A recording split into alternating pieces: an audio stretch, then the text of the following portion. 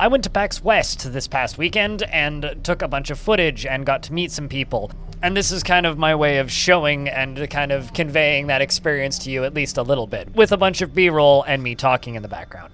The first day I traveled down and got the opportunity to meet up with Zach and Tarn, as well as Alexandra Orlando. Their initial meeting was canceled, so we got to hang out a little bit early, so thus we did some sightseeing, which is why you saw a picture of us on Twitter by the Space Needle, potentially.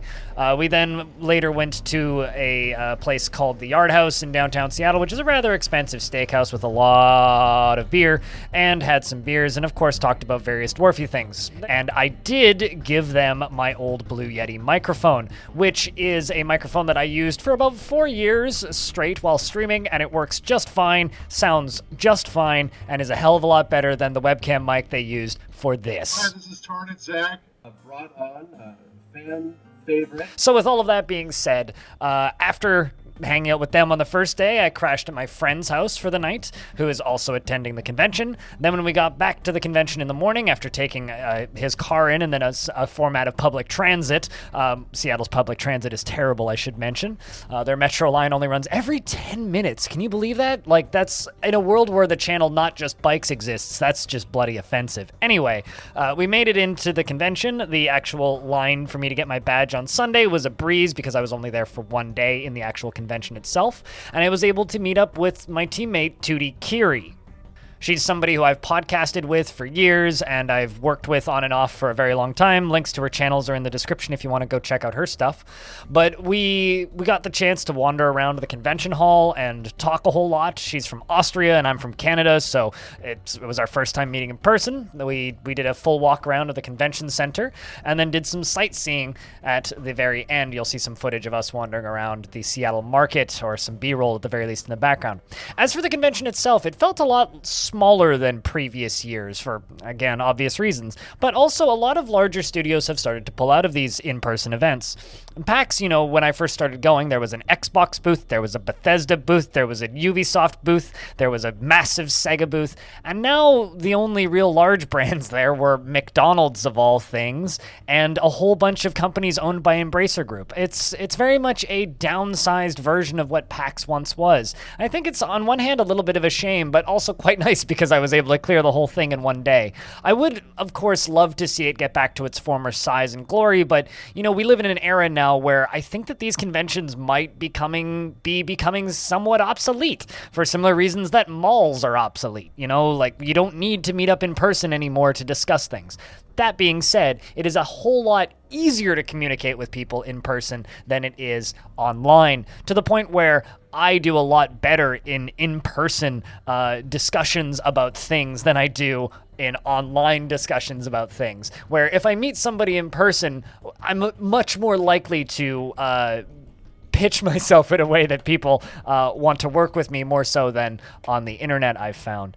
All that being said, though, it was really nice to be back at PAX, and I got to try a couple of neat games, including that System Shock remake, which I'm very excited about. As far as game footage, I don't have anything because I was only there for the day and I didn't have the opportunity to do any direct capture. Most of the games that were there, or a large portion of the games that were there, already have demos on Steam, which is even more reason to not go to PAX. The PAX Rising games, which was all of the indie dev stuff that was at PAX, there was a lot of those games were already out or in some format of early access or had just released into early access. In fact, that was a very common trend that I think I noticed throughout PAX, was that a lot of the games that were there either were already available online to play or playable, had just released into early access like that weekend.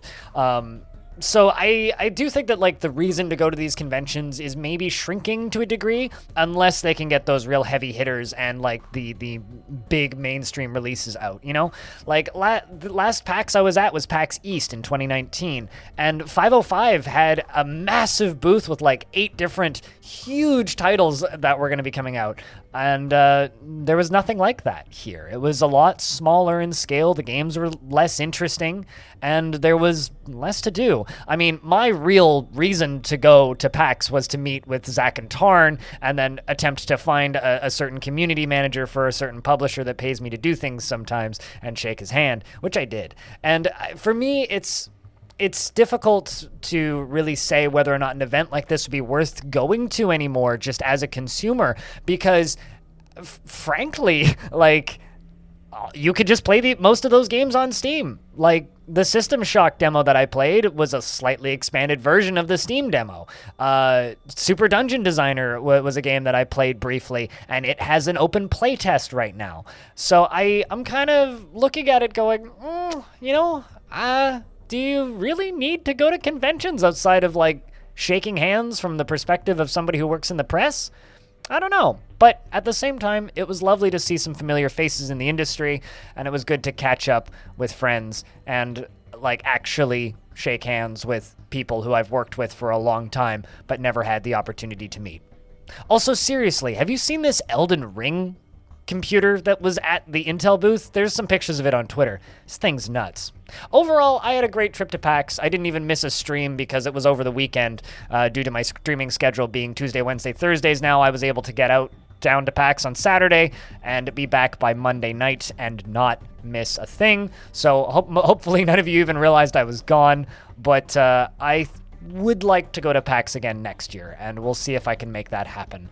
I just want to say a real quick thank you to all of the patrons on this YouTube channel, and all of the YouTube members, and everybody who supports me in any way, or even just those of you who watch the videos and comment, because I was able to break even on the weekend between a little donation drive I did, as well as just passive ad revenue. You guys, I don't deserve the credit that I get here because I'm just some stoner on the internet, but I appreciate every one of you, and thank you very much for taking the time to watch this little vlog. And I will be doing another one of these if I ever go to a convention again, which will probably be PAX next year. Looking at PAX East tentatively. We'll see what the world's looking like at that point and if I can afford it, but also kind of looking at TwitchCon Europe because, I mean, it'd be cool to go to Paris. I mean, who doesn't want to do that? Regardless, thanks for watching this video, and I hope to see you in the next one.